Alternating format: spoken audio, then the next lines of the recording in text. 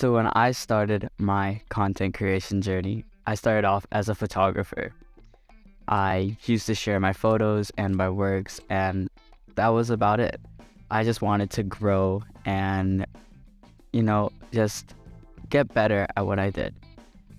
So because I was so locked into solely photography, I completely ignored video. I thought it was too complicated and there was no point in doing so. That was until I took a moment to reflect and think what kind of content I really want to make. And I took a look at the people I follow and the content I like to consume. And I took a note and I noticed that over 90% of the content that I consumed was video. It was some kind of short form, long form video content, however you want to put it. It wasn't always photography. It was barely photography. And this really opened up my eyes to the demographic I could have been reaching if I just opened my eyes to videography. After learning the fundamentals of videography and practicing them for a few years now, I wish I would have started sooner. It's just such a highly applicable skill that you can learn in such a short amount of time. So as a photographer who wants to start making videos, there's one setting that will absolutely make everything so much easier once you understand it, and that is your shutter speed. So shutter speed in video is the same as it is in photography in that they both manage the motion blur that comes up in your camera. So for example here, you can see that this has very natural motion blur, and that's because of the shutter speed I'm shooting at. And that shutter speed is typically going to be 1 over double the frame rate you're shooting at. That's very important. That's the main thing that will make shooting videos so much easier once you get that setting down. So write that down, do whatever you have to do to remember that. Shoot your shutter speed at 1 over double your frame rate when shooting video. So what happens now that you have your shutter speed set at the right amount, you'll notice that, say you're shooting at 24 FPS, which is typically what I would shoot at, you would shoot at 1 over 50th of a second. But when you do this, you notice that your exposure gets off balance. It'll get way too bright since you can't just crank up your shutter speed to whatever you want to be able to expose correctly. Say you're shooting outside, for example, and there's so much light. So what you need to do is, firstly, you could try to balance out with your ISO and your aperture. But if you want to still get nice bokeh for the background and not have to crank up your aperture, what you need is an ND filter.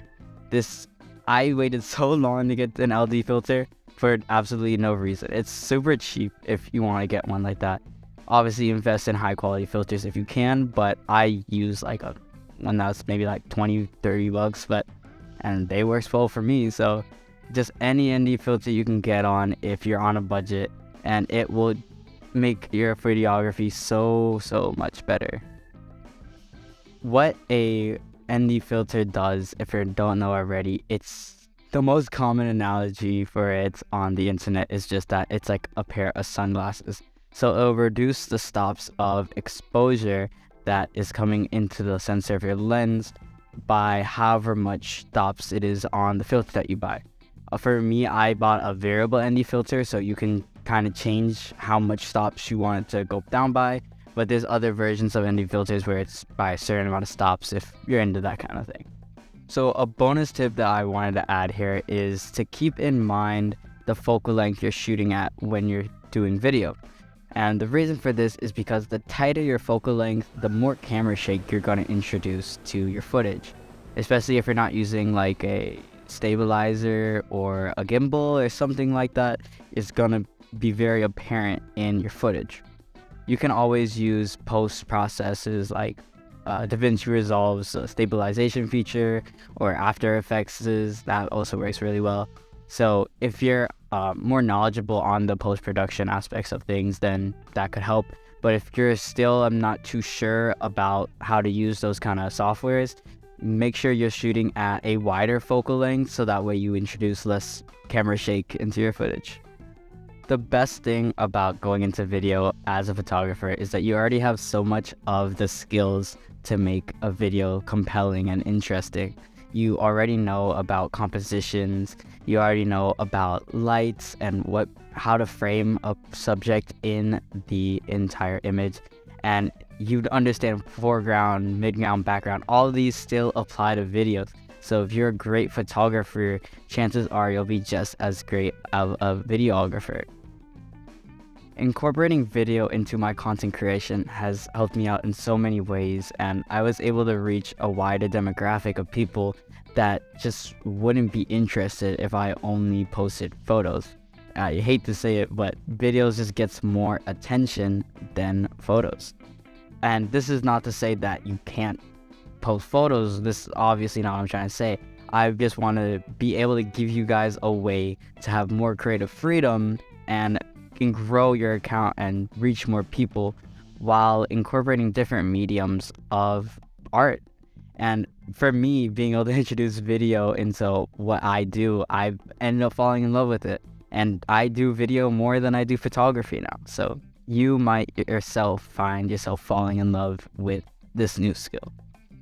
And along with video, I encourage you guys to branch out and try different skills that could possibly help in whatever goals you have.